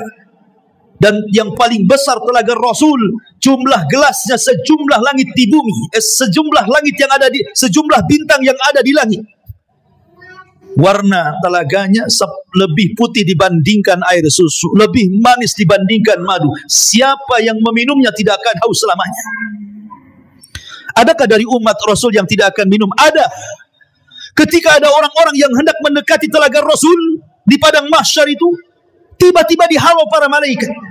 Kemudian Rasulullah SAW berteriak-teriak, ummati, ummati, ya Rabb, itu kan umatku, biarkan mereka minum. Lihat bagaimana rahmatnya Rasul pada umatnya. Tapi Allah mengatakan, ya Muhammad, innaka la tadri ma ahdatsu ba'daka, innahum khayyaru wa baddalu. Hei Muhammad, kau enggak tahu apa yang terjadi dengan umat. Mereka sudah merubah-rubah petunjukmu, sudah merubah-rubah sunnahmu. Biarkan mereka tidak minum. Ma'asyiral muslimin yang dimuliakan Allah Azza wa Jalla, manusia akan tenggelam dengan keringatnya. Kemudian manusia pun bingung karena mereka harus berdiri, entah apa yang harus dilakukan mereka. Mereka menunggu faslul qadha, bagaimana putusan Allah kepada mereka, masih bingung. Akhirnya mereka pun berjalan kepada Adam, ya Adam, engkau kan bapak kami, mintalah syafaat kepada Allah. Tidakkah kau lihat, tidakkah kau iba kepada kami sulit di sini. Kata Adam, aku nggak bisa nolong kalian. Pergi ke Nuh. Berangkatlah mereka ke Nabi Nuh alaihi salatu wassalam. Nuh juga i'tidar, tidak bisa memberikan syafaat. Kata Nuh, sebaiknya kalian kepada Ibrahim. Temui Nabi Allah Ibrahim alaihi salatu wassalam. Berangkat mereka ke Nabi Allah Ibrahim. Ya Ibrahim, wahai Ibrahim, anta khalilur rahman, kau adalah kekasih Allah. Ala tara ila ma nahnu fi, tidakkah kau lihat, tidakkah kau iba melihat kondisi kami? Kata Ibrahim, tidak, aku pernah berdosa 3 kali. Sebaiknya kau datang kepada Musa. Temui Nabi Musa. Berangkat ke Musa. Kata Musa, aku juga tidak bisa karena pernah membunuh orang. Ke Isa saja. Temui Nabi Isa. Isa tidak menyebutkan uzurnya, tapi datangi Rasul Muhammad sallallahu alaihi wasallam. Datanglah mereka kepada Rasulullah. Baru kata Rasul, ana laha, kan ku coba. Rasul sujud di bawah arsy Allah dengan sujud yang lama sampai Allah datang dan mengatakan, irfa ra'saka ya Muhammad, angkat kepalamu wahai Muhammad. Qul tusma, katakan kau didengar. Sal tu'ta, minta kau diberi. Isfa tu syafa, minta syafaat kau diberikan syafaat. Ma'asyiral muslimin yang dimuliakan Allah Azza wa Jalla. Kembali kepada proses hisab. Hisab ini ada 2 macam. Ada yang disebut dengan hisaban yasira, hisabnya mudah. Ada yang disebut hisaban asira, hisabnya sulit. Dan ada yang ketiga tanpa hisab. Ada kelompok-kelompok yang tidak dihisab. Karena Rasulullah SAW pernah ditampakkan dari 70.000 umatnya, mereka tidak dihisab, tidak diadab, direct masuk surga. Kemudian ketika ditanya siapa mereka orang-orang yang tidak dihisab itu Rasul, kata Rasul, alladzina la yastarqun wa la yaktawun wa la yatatayyarun wa ala rabbihim yatawakkalun. Orang yang tidak minta diruqyah, tidak minta dikai besi panas yang digunakan untuk perobatan, dan tidak tatayur menjadikan sial dan hoki kepada sebuah benda atau suara, dan mereka senantiasa tawakal kepada mereka. Orang-orang yang masuk surga tanpa hisab dan adab, tidak akan dikumpulkan di padang mahsyar, direct masuk surga. Tetapi orang-orang yang hisabnya sulit dan orang yang hisabnya mudah tetap di padang mahsyar. Cuman mereka tidak sampai 50.000 tahun, tergantung hisabnya. Kalau hisabnya mudah sebentar saja, karena umat Islam orang-orang yang beriman hisabnya cepat. Allah hanya menghisab manusia itu setengah hari. Bagi orang-orang yang beriman, tidak sampai 50.000 tahun, setengah hari saja. Tapi setengah hari kehidupan akhirat bila dibandingkan dengan kehidupan dunia sama dengan 500 tahun.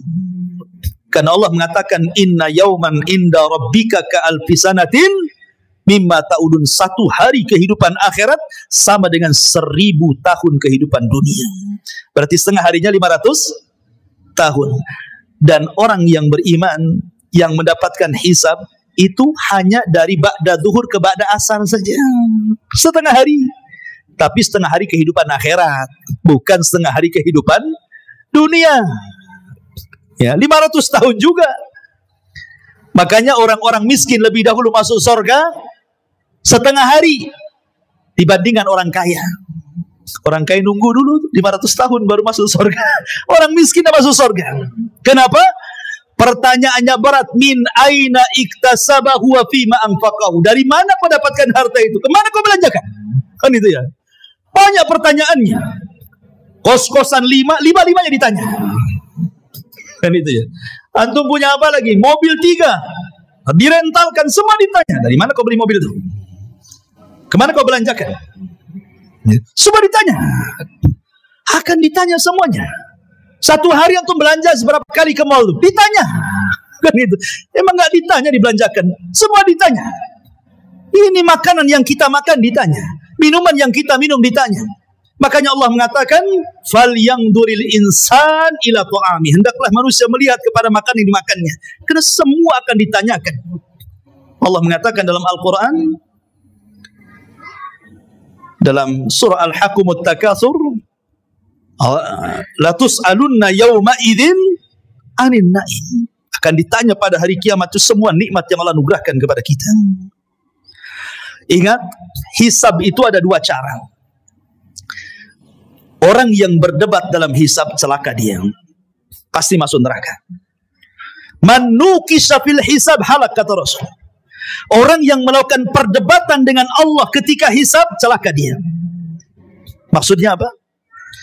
Allah akan mengatakan, dulu ku beri mata kau. Sudah kau syukuri matamu? Jawab. Maka dia mengatakan, belum ya Rabb. Dulu kau beri telinga, itu sebagai amanah. Kau gunakan untuk apa telingamu? Untuk maksiat kau untuk taat? Oh, untuk maksiat ya Rabb. Terjadi dialog. Ya, kalau terjadi munaqashah dialog seperti ini, celaka orang ini. Tetapi kalau yang kedua ini tidak terjadi dialog, dia hanya mengiyahkan saja kata Allah. Bukankah dulu di bumi aku berikan begini? Iya. Bukankah dulu di bumi aku berikan ini? Iya.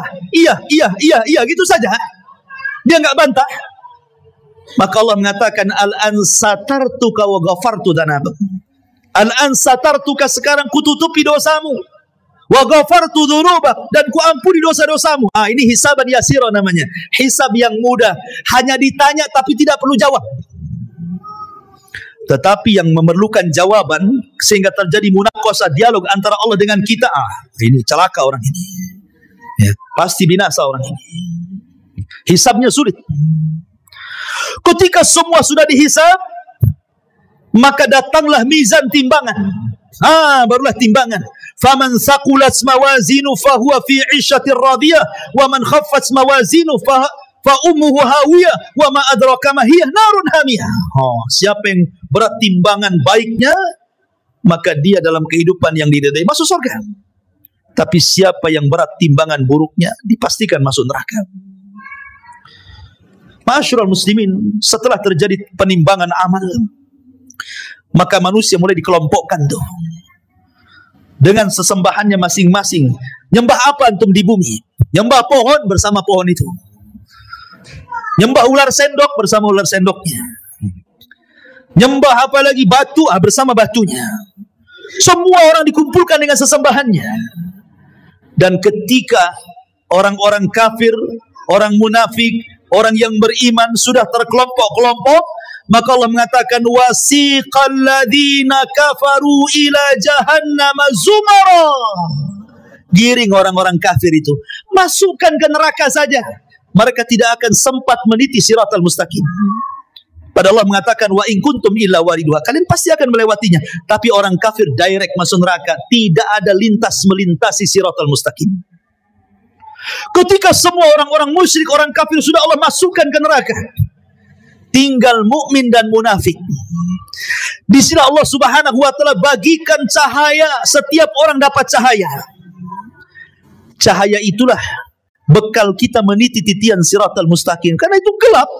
Neraka jahanam itu gelap karena titian itu terbentang di neraka jahanam. Karena Allah Subhanahu wa taala mengatakan wa jaa rabbuka wal malaku saffan saffa wa ji'a bi jahannam yauma idzin yatadzakkarul insan anna lahu dzikra.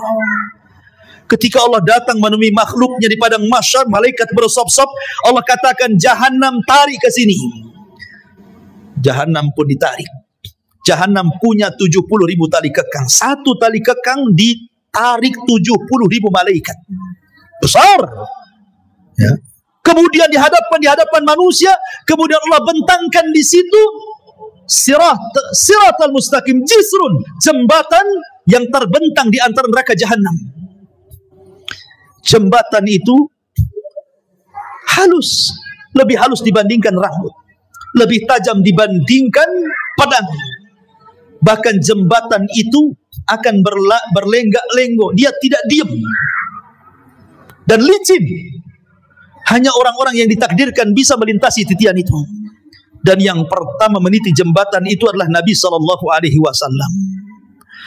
Ketika Nabi SAW sudah meniti sirat, maka Nabi akan berdiri di ujung titian yang sudah dia sampai di situ, di kontor.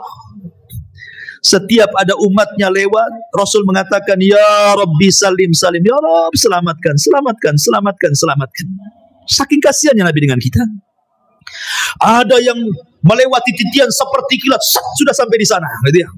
Ada yang seperti angin, sudah di sana. Ada yang seperti kuda balap, sudah di sana. Ada yang seperti lari kencang. Ada yang merangkak-rangkak. Ada yang terkena kalalib. Ya. Ada yang kemudian jatuh berdiri. Ada yang kemudian nyemplung dari titian itu ke jahanam. Kata Rasul ketika duduk bersama para sahabatnya, ada semacam bunyi besar, pure gitu ya. Kata Rasul mengatakan, tahukah kamu itu suara apa? Sahabat mengatakan, tidak tahu wahai Rasul. Itu batu segede unta 70 tahun yang silam jatuh dari titian dan baru sampai sekarang di intip neraka jahanam. Artinya kalau orang jatuh dari titian sampai neraka itu 70 tahun itu baru sampai di dasar jahanam, naudzubillah. Ya. Ma'asyiral muslimin, maka satu persatu orang-orang munafik diberikan orang-orang beriman diberikan cahaya. Orang munafik diberikan cahaya kadang padam, kadang terang. Kadang padam, kadang terang. Ketika berjalan mereka mengatakan, Naqtabis min nurikum. Hai orang yang beriman, tunggu dulu, aku ikut cahayamu. Kata orang beriman, ambil lagi kau cahaya di belakang, katanya. Emang di dunia orang munafik bisa menipu orang-orang yang beriman. Yukhadi'una Allah walladzina amanu. Mereka menipu Allah dan orang-orang yang beriman. Di titian siratul mustaqim, orang yang beriman tidak mungkin ditipu lagi. Ya. Ma'asyiral muslimin, ketika semua terseberangi semuanya, sampailah mereka di sebuah tempat namanya Qantoroh. Qantoroh itu depannya pintu sorga. Sampai di sini keletihan orang-orang yang beriman? Tidak. Di sini ada kisos. Di sini Nabi SAW mengatakan, Atadruna mal muflisu hadil ummah. Tahukah kamu siapa yang bangkrut dari umat ini? Kata sahabat, ya molos saja orang bangkrut, orang yang gulung tikar, orang yang kalah, orang yang usahanya bangkrut, bankrupt dan yang lainnya. Kata Rasul, bukan itu. Orang yang bangkrut adalah orang yang datang pada hari kiamat membawa pahala solat, pahala zakat, pahala sedekah, pahala puasa, pahala ini, pahala itu. Tapi di satu sisi dia pernah mendolimi si fulan, mengambil harta si fulan, menumpahkan darah si fulan, mencaci maki si fulan, merendahkan si fulan. Akhirnya di kontor ini terjadi kisos. Padahal depan pintu sorga tuh. Supaya orang yang masuk sorga mendapatkan keadilan. Supaya dalam hatinya tidak ada lagi dongkol dengan kawannya. Supaya ketika masuk sorga di wanaza'na ma fi suduruhum min ghillin ikhwana. Allah cabut perasaan dengki sehingga menjadi bersaudara dalam sorga. Karena orang-orang penduduk sorga itu satu hati. Kalau kita akan berhati-hati, ada yang dengki, ada yang iri, ada yang benci, ada yang marah, ada yang emosi, kan itu ya. Supaya tidak ada itu, maka terjadi kisos di sini. Ya. Hei, dulu kau sudah memukul aku, sini kamu. Mana pahalamu? Diambil pahalanya. Nih dosaku. Ketika kemudian dia sudah tidak punya pahala karena sudah dikasihkan orang banyak, karena banyak yang dizalimi, dia mengatakan, mana pahalamu? Aku tidak punya pahala, sudah habis. Kalau gitu ambil dosaku saja. Oh gitu ya. Fa in faniyat hasanatuhu, kalau sudah habis kebaikannya, maka nggak dilempar dosanya kepada dia. Pada sudah dikontor, dilempar lagi ke belakang ke neraka. Ketika kisos sudah terjadi, ini kisos sesama orang yang beriman ya. Kalau kisos dengan orang kafir, kisos dengan binatang, dolim kepada binatang, dolim kepada orang kafir, dolim sesama orang kafir, dolim orang-orang yang beriman kepada orang kafir atau orang kafir kepada beriman, ini sebelum titian. Sebelum titian, nah itu dolim di situ. Kisosnya itu. Tetapi di kontor itu hanya khusus orang beriman saja, karena sudah mau masuk surga masalahnya. Bahkan orang-orang yang dibunuh akan datang menghadap Allah tanpa kepala. Dalam hadis Abdullah bin Abbas radhiyallahu anhu itu, tangan kirinya membawa kepalanya. Walaupun ketika di bumi tidak dibunuh dengan cara dipenggal kepala, tapi nanti pada hari kiamat orang yang dibunuh itu seperti itu bentuknya. Lehernya nggak ada, kepalanya dipegang oleh tangan kirinya, tangan kanannya menyeret orang yang membunuhnya, kemudian menghadap Allah dan mengatakan, Ya Rabb, sal hada lima qatalani. Tanya orang ini, kenapa kau bunuh aku? Kenapa dia bisa membunuhku? Dan bayi-bayi yang dilempar hidup-hidup kemudian mati, seperti orang-orang yang punya anak dari hasil zina kemudian malu, dilemparlah anak itu ke solokan, ke tong sampah, ke kerdus, akhirnya mati. Maka Allah mengatakan, wal mau'udatu su'ilat bi ayyi dzambin qutilat. Bayi-bayi itu akan membawa kepalanya menghadap Allah dan mengatakan, Ya Rabb, sal hadza lima qatalani. Tanya ibuku kenapa dia membunuhku, tanya bapakku kenapa dia membunuhku. Semua akan ada kisah, ikhwan. Hati-hati ya. Tapi kalau sudah tidak ada kisah lagi, baik antara orang kafir dengan orang yang beriman atau sebaliknya, manusia dengan binatang atau sebaliknya, kemudian kisah terjadi antara orang yang beriman dan sudah selesai, maka manusia berjubel di pintu sorga. Sayati alaikum zaman kadidum minaz ziham. Akan datang, kata Rasul, zamannya manusia akan berdesak-desakan di pintu sorga. Padahal mereka sudah diponis masuk sorga, tidak mungkin masuk neraka, tapi tidak bisa masuk sorga juga karena pintunya tertutup. Semua para nabi berusaha membuka, tidak bisa, tidak diizinkan malaikat Ridwan.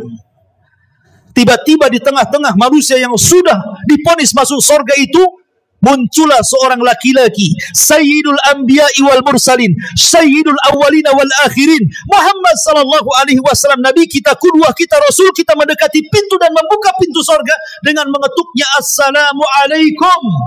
Maka Ridwan mengatakan, Waalaikumsalam, man, siapa kamu? Kata Rasul, ana Muhammad, saya Muhammad. Kata malaikat Ridwan, bika umirtu alla aftah li ahadin qablak. Aku diperintah Allah untuk tidak membuka pintu surga kecuali kau yang minta. Kata Rasul, ana awal man aftatihu babal jannah. Sayalah orang yang pertama kali membuka pintu surga. Dibentanglah pintu surga. Pintu surga ini ada yang meneriak, ada yang berteriak. Jadi Allah Subhanahu wa taala meletakkan para pemanggil di pintu-pintu surga. Kalau dia ahli solat, du'a min babis salat. Hei, pakar-pakar solat, kau ke sini, masuknya di sini, jangan di situ. Yang pakar puasa sunnah, puasa Senin Kamis, Ayyamul Daud, pokoknya ahli puasa, ada pintunya dari pintu royan. Ahli puasa, sini dari pintu royan, jangan pintu itu. Pintu jihad mengatakan, hei yang mati syahid lewat sini. Pintu tobat, yang tobat lewat sini. Masing-masing pintu itu menyeru kepada keahlian ibadahnya masing-masing. Dan sorga itu memiliki 8 pintu. Berbeda dengan neraka 7 pintu. Kenapa? Biar menunjukkan bahwa rahmat Allah lebih luas dibandingkan murkanya. Makanya dibuat pintu sorga lebih banyak dibandingkan pintu neraka. Karena Rasul mengatakan, Allah berfirman, Inna rahmati wasiat ghadabi. Rahmatku lebih luas dibandingkan murkahku. Ma'asyiral muslimin, ketika ada orang yang berdiri di pintu sorga, dia berdiri nih, dia nggak mau masuk sorga. Kata Allah, udkhulul jannah bi rahmati, masuk ke dalam sorga dengan rahmatku. Orang ini mengatakan, Ya Rabb, oh enggak, sehingga mau masuk surga dengan rahmat-Mu ya Rabb. Kalau masuk surga karena rahmat-Mu itu bagi orang yang melakukan dosa, kemudian bertobat, kau kasih sayangi dia, akhirnya kau katakan masuk dengan rahmat-Mu. Aku ini nggak pernah berbuat dosa. Aku ingin masuk surga dengan amalanku. Wow, dia merasa bangga dengan amalannya. Karena aku nggak pernah berbuat dosa, masukkan aku dengan amalanku, katanya. Baik, kata Allah. Hitung amalanmu berapa? Dihitung amalannya. Rupanya amalannya tidak sebanding dengan satu nikmat yang Allah berikan, nikmat penglihatan. Karena amalannya lebih banyak daripada melihat. Karena takut dia tidak bisa masuk surga dengan amalannya. Kalau gitu, ya Rabb, masukkan aku dengan rahmat-Mu ke dalam surga, katanya. Ya, karena masuk surga itu karena rahmat Allah. Kata sahabat, wala anta ya Rasul, termasuk engkau wahai Rasul, termasuk saya. Allah masukkan saya ke surga karena rahmatnya. Tapi Allah masukkan ke neraka karena keadilannya. Ma'asyiral muslimin yang dimuliakan Allah Subhanahu wa ta'ala. Ketika kemudian penduduk surga masuk ke dalam surga, kemudian malaikat surga mengatakan, salamun alaikum bima sabartum fa ni'ma uqbaddar. Keselamatan bagi kalian, wahai penduduk surga. Pertama kali tahiyatus salam. Salamun qaulan bir Rabbir Rahim. Allah pun mengucapkan salam. Orang-orang tertentu saja mendapatkan salam di dunia itu. Seperti Khadijah, istri Nabi. Kata Nabi SAW, Rabb dan Jibril menitipkan salam kepadamu ya Khadijah. Wah, tidak semua dapat salam dari Allah dan malaikat Jibril itu. Hanya orang-orang tertentu seperti Khadijah, karena Rasul yang mengatakan Allah dan Jibril menitipkan salam. Tapi orang masuk surga semua akan dapat salam dari Allah. Salamun qaulan mir Rabbir Rahim. Ya, mereka dapat salam. Dan salam itu artinya selamat, karena di surga tidak ada aib. Di surga itu selamat semuanya, tidak ada orang yang lisannya kotor, tidak ada di surga itu. Tidak ada tukang gibah, tukang gunjing, tukang caci, tukang maki, tukang merendahkan. Tidak ada. Tidak ada yang dendam, tidak ada. Sampai kepada istri-istri tidak ada cemburu kalau antum bersama bidadari. Karena semua jadi salam. Selamat semuanya. Selamat aib, dari aib selamat. Antum tidak kencing, antum tidak berak, antum tidak meludah, antum tidak mengeluarkan dahak, antum tidak ada congeknya, bahasa gitu. Pokoknya selamat badannya. Sampai-sampai ditanya Rasul, kalau hari-hari makan minum, cemana beraknya, cemana kencingnya? Kata Rasul, berak dan kencingnya dengan keringat. Dengan keringat. Dan keringatnya seperti minyak misi, itulah berak dan kencingnya penduduk sorga, katanya. Wah, luar biasa. Ya. Selamat badannya. Wanitanya tidak haid, tidak ada nifas. Tidak ada bau ketiak di sorga itu, semua wangi. Dunia antum harus bawa-bawa apa? Kadang-kadang dikasih kapur barus ketiak di bumi kan gitu ya. Di sorga nggak ada bau, nggak ada bau-bau di sorga itu, karena selamat badannya. Ya. Di sorga tidak ada nenek-nenek. Di zaman Rasul ada nenek-nenek datang kepada Rasul, aku masuk sorga nggak Rasul? Kata Rasul, nenek-nenek nggak masuk sorga. Nenek ini menangis, pergi dia. Kemudian Rasul mengatakan kepada sahabat, bilang sama nenek itu, bukan berarti nenek itu nggak masuk surga, maksudnya di surga nggak ada nenek-nenek. Bacakan ayat inna ansha'na hunna insha'an wa ja'alna hunna abqara uruban atraban.